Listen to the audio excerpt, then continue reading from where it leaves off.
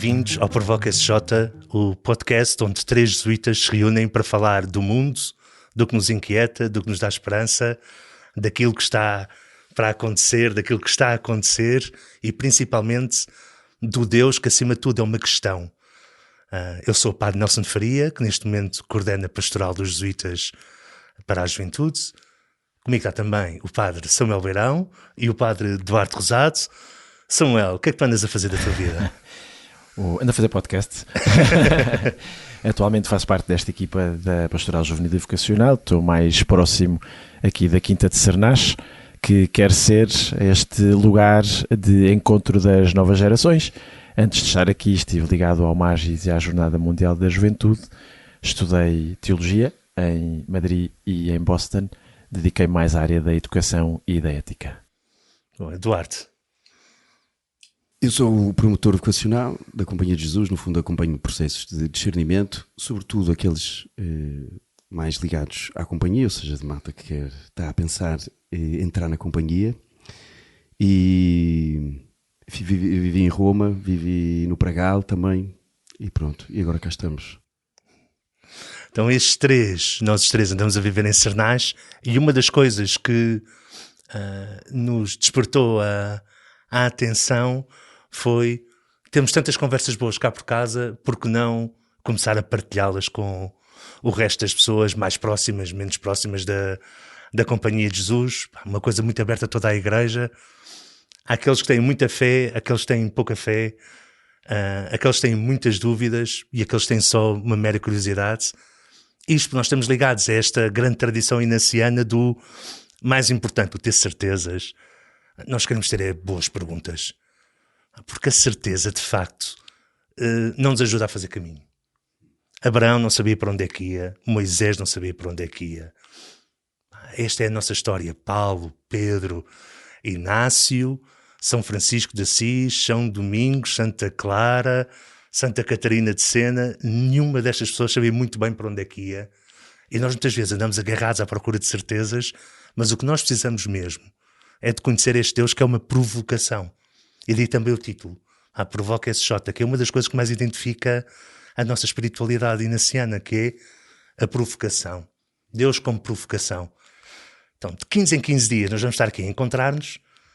Agora que estamos na oitava da Páscoa, vamos começar pelo mistério central de todos, que é a ressurreição. Nada melhor do que começar pelo mais importante de tudo. E falando em provocações, começamos pelo Papa Francisco, que nos lança esta provocação. Há cristãos que parecem ter sido de um velório e não de uma ressurreição. O que é que vos parece esta frase? Ele tem razão, não tem razão? Há uma frase muito parecida, que acho que era o Nietzsche que dizia, é daquelas frases que eu depois não sei se é exatamente o Nietzsche que diz ou atribuíram ao Nietzsche só para dar alguma autoridade à coisa, que dizem assim: querem ver se Deus existe? Então vão ao fim de uma Eucaristia e vejam a cara das pessoas de que lá sai e vejam. Pronto, esta coisa esta coisa da alegria não é uma patetice, não é uma coisa só, não é um pormenor que podia ser dispensável ou não dispensável, não é um pormenor dispensável da vida de fé. A alegria. Não estamos a falar de uma alegria histérica ou de uma alegria que necessariamente se manifesta em histerismo ou em fogo de artifício, mas uma alegria profunda, que eu diria que vem quase da convicção profundíssima, não da certeza, mas da convicção profunda de que, apesar de tudo, Jesus está vivo. Jesus está vivo. E eu acho que isto é a fonte de uma alegria que ninguém nos pode tirar. É esta. Não sei. E por isso, sim, sendo que vivemos no tempo da ressurreição, apesar de termos tempos que nos ajudam ciclicamente a lembrar-nos com mais força, porque todos os anos celebramos a Páscoa, mas vivemos no tempo da ressurreição. E, portanto, esta alegria devia ser constante. Nós, e às vezes, de facto, não... Parece velório, às vezes, de facto. Parece, eu concordo. E concordo com Nietzsche também, em certa medida. Vivemos aqui tempos muito, muito estranhos, muito polarizados, muito incertos, e isso faz que, por um lado, possamos viver com algum medo, algum receio, por outro, parece que tudo nos fada de que o objetivo da nossa vida é a felicidade, descobri há pouco tempo e ando fascinado com isto, que o objetivo da vida não é a felicidade, é precisamente a alegria e a paz, porque a alegria e a paz é que são os efeitos do ressuscitado, não é? Quando naqueles dias a seguir à crucifixão, a seguir àquele sábado santo, aqueles homens e aquelas mulheres não sabem muito bem o que fazer, não é? O horizonte das suas vidas parece que se perdeu, o ressuscitado aparece e a primeira coisa que faz é dar-lhes a paz, a garantir que a paz está ali, e depois a partir da paz há alegria. E nós que vivemos no tempo do ressuscitado, como o Duarte dizia, não quer dizer que a vida não tenha contradições, medos, dores, mas a alegria, a ressurreição, a paz, são em última instância uma atitude que eu escolho para a minha vida, muito mais do que um sentimento que se abala com as circunstâncias, é uma escolha. E isso muda tudo, porque se a paz e a alegria, se viver a partir do ressuscitado, for uma atitude, então naturalmente a vida pode ter injustiças, pode ter saudade, pode ter dor, pode ter doença, mas há uma raiz no fundo de mim, algo que me sustenta, que não está condicionado pelo que está à superfície. E eu também conheci outra expressão engraçada que ouvi de uma pessoa que não era cristã, que em algumas tradições de outras religiões falam dos cristãos como os filhos da alegria ou os filhos da luz.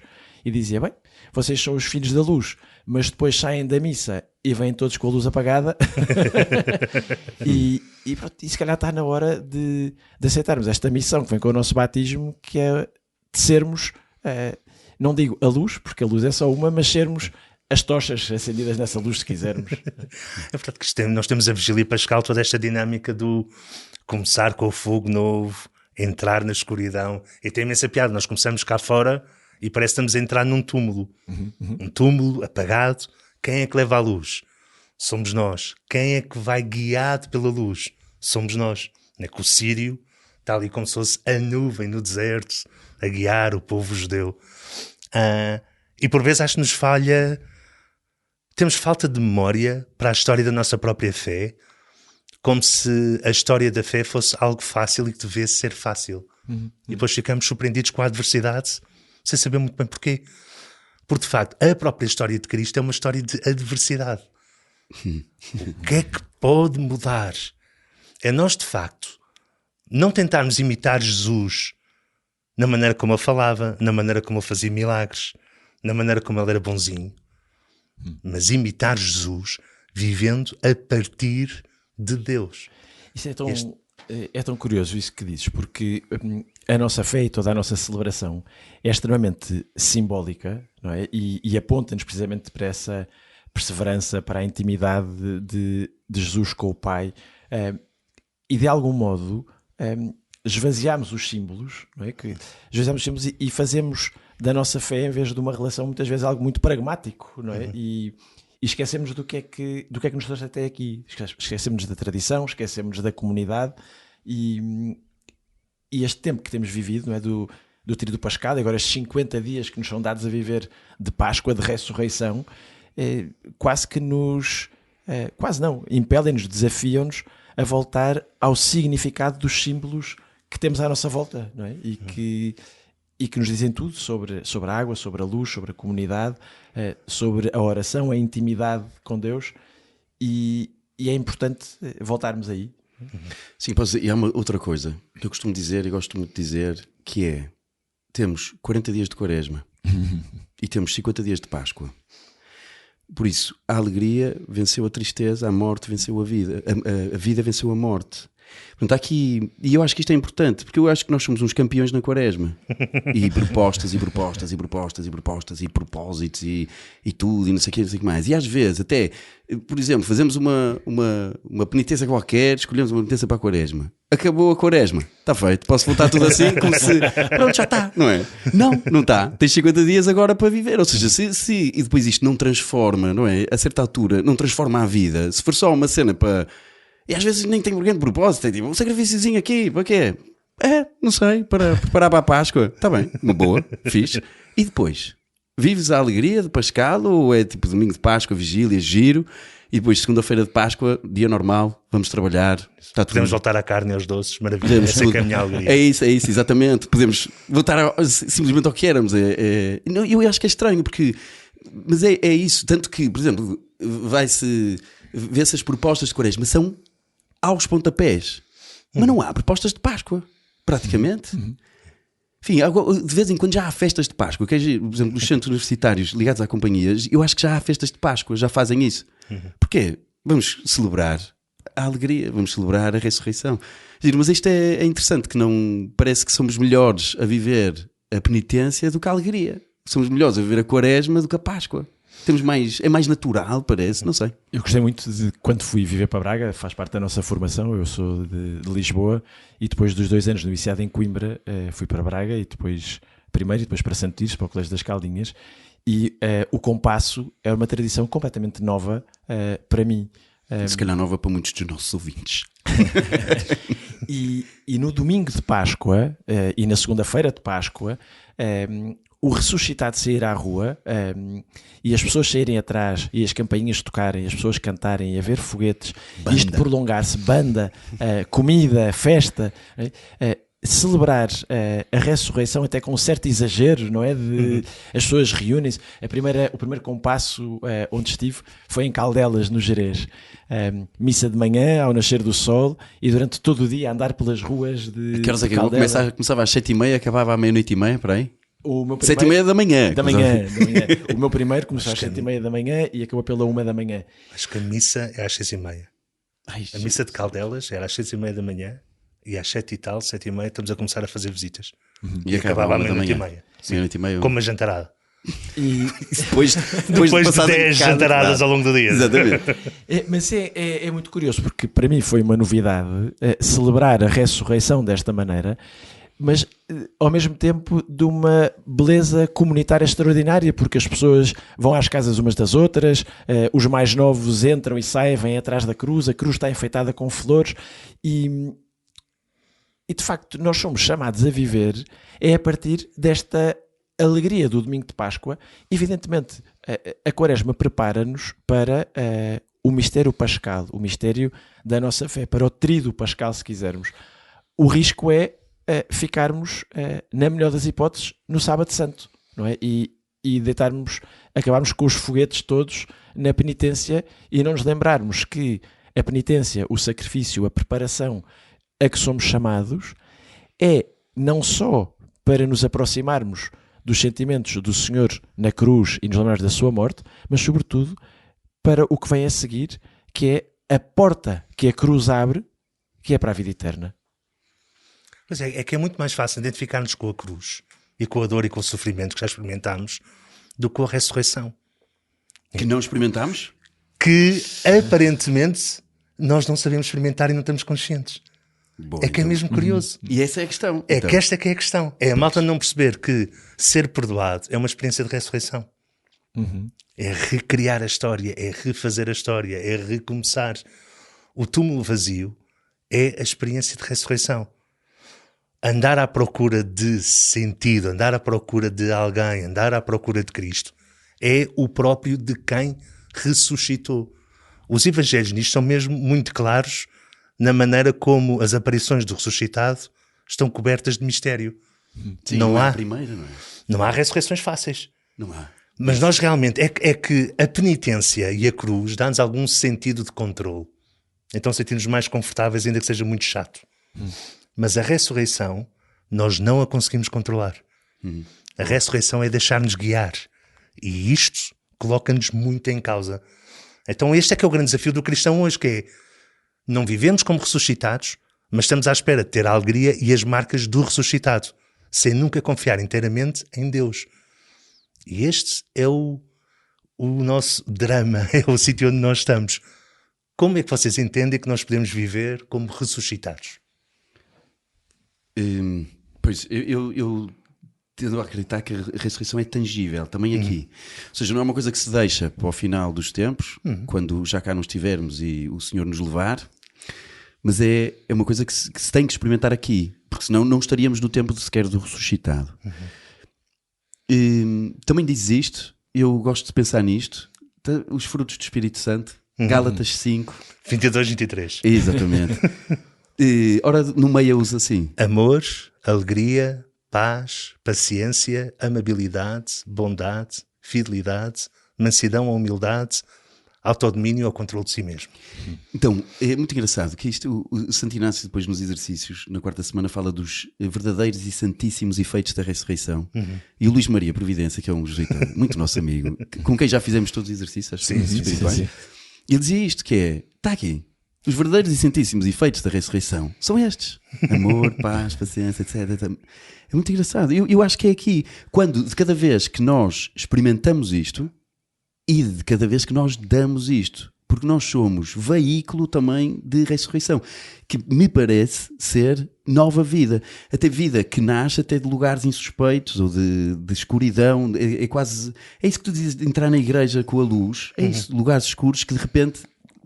onde pode crescer vida. E a vida cresce nisto: amor, paz, paciência, benignidade, bondade, mansidão, humildade, etc, etc, etc. O risco é que fomos convencidos que tudo isto está ao alcance dos santos e dos perfeitos e não está ao meu alcance, não é? Aqueles santos que o Nelson citava logo no início desta nossa conversa, todos eles tiveram momentos de penitência, até de quase de atos heroicos, não é? De quererem ser eles próprios a convencer-se que são santos, não é? A encontrarem-se com Deus a partir da penitência, a partir do sacrifício, a partir, quase no caso de Santo Inácio, a partir da mutilação, não é?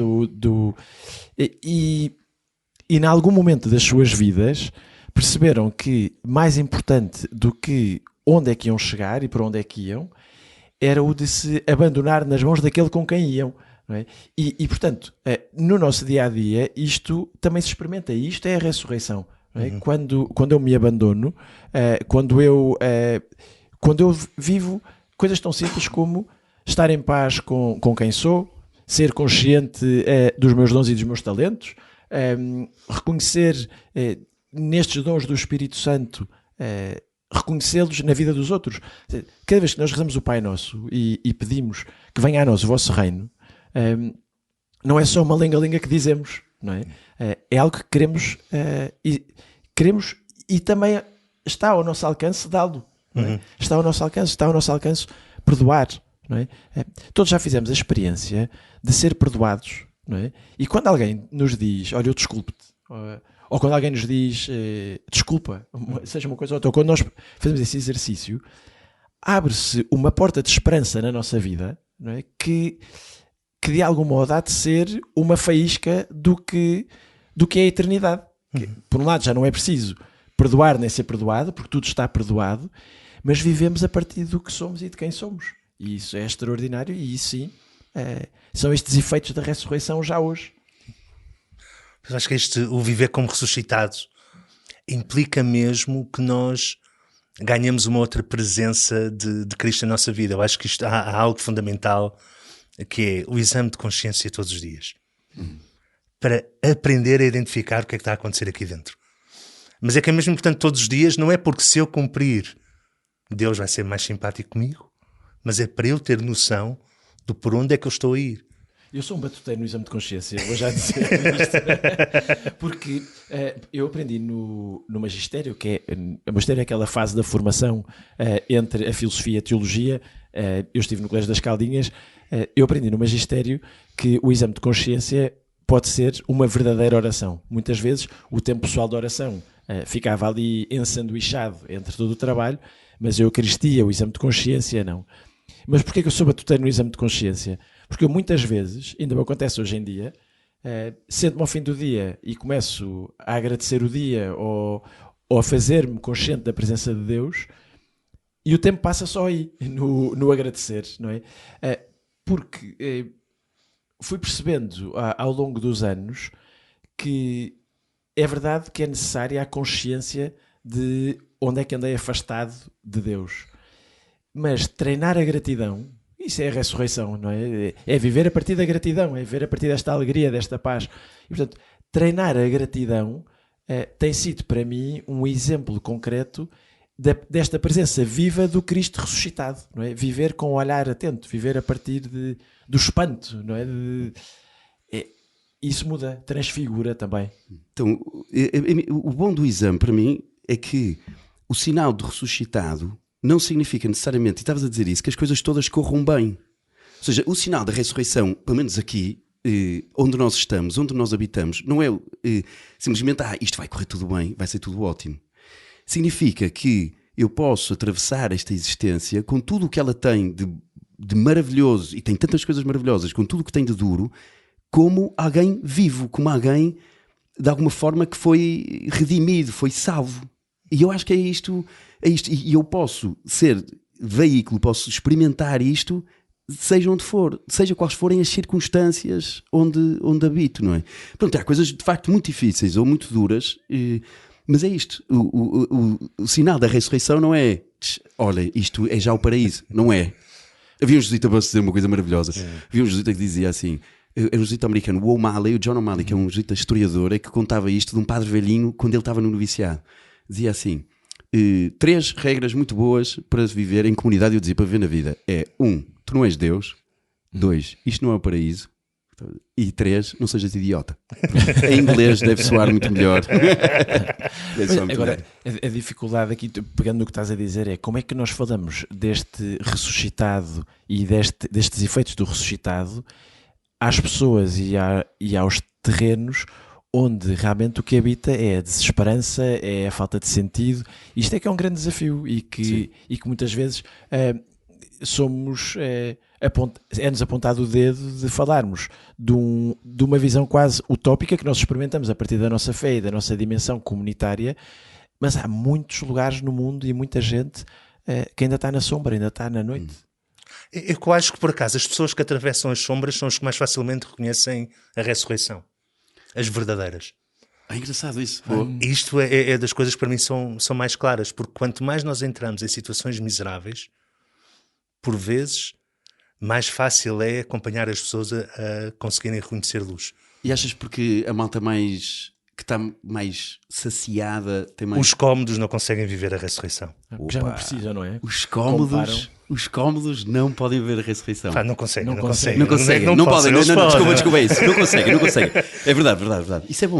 Eu acho que é isto que Jesus tenta dizer de alguma maneira, como é mais difícil um rico entrar no reino dos céus.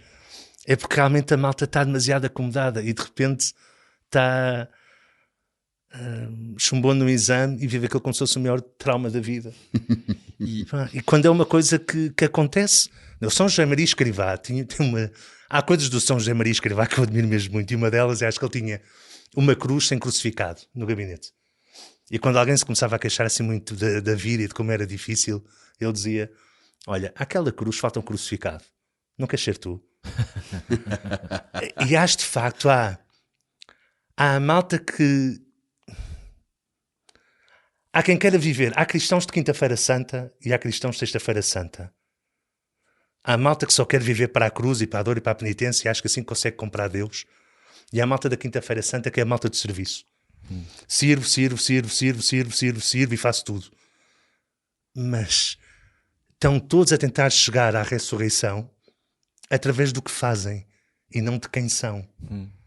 Nós devíamos viver o mistério pascal ao contrário. Cristo fez quinta-feira, sexta, descida aos infernos no sábado, ressurreição. Mas nós somos batizados no Espírito ressuscitado. Boa. Nós vivemos ao contrário. Nós começamos pela ressurreição. Nós começamos pela ressurreição e é a ressurreição que me leva a servir. Ao lifestyle de Jesus, baixar-me, ajoelhar, cuidar. E é a ressurreição que me leva a ter a coragem de atravessar a cruz, de entrar no escuro. E é a ressurreição que me ajuda a atravessar o deserto sem sentido, porque Ele ressuscitou. E é a ressurreição que me traz de volta à ressurreição. E nós, por vezes, estamos a tentar comprar ou chegar à ressurreição quando nos esquecemos que nós, pelo batismo, nós já somos os ressuscitados. Já estamos revestidos de Cristo, não é? Sim. Que é pena, não é? Nos batismos, o símbolo, estavas a falar do simbolismo, é pena, porque isto a veste branca devia ser vestida depois do batismo. Mas a malta, os bebés já vão todos com aquelas vestes, alguns dá mais jeito, é mais prático. Muito mais prático, não, deviam ser vestidos lá, ou pelo menos, sei lá, meter um casaquinho branco, assim uma coisa durante... Para quê? Para que isto seja bonito, boa. Mas é engraçado isto que diz, não é? Tudo em nós, na nossa vida cristã, nos fala primeiro da ressurreição e depois das razões para isso, e nós invertemos de algum modo, não é? O batismo, como estávamos a dizer, os próprios evangelhos, a primeira coisa que é escrita é o mistério pascal da ressurreição, e depois tudo o resto é para justificar aquele momento, não é? E de facto, eu gostei muito desta imagem tua dos cristãos de Quinta-feira Santa, os cristãos de Sexta-feira Santa.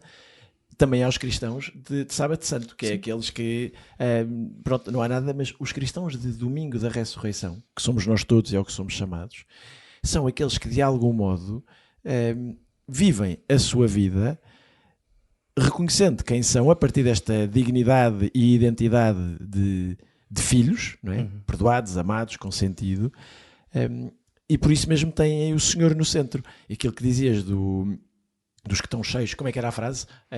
Os cômodos. Não são capazes, não é? Não são capazes da ressurreição, porque de algum modo, no lugar da ressurreição, colocaram outros deuses. E portanto já não precisam de ser ressuscitados, porque já estão saciados.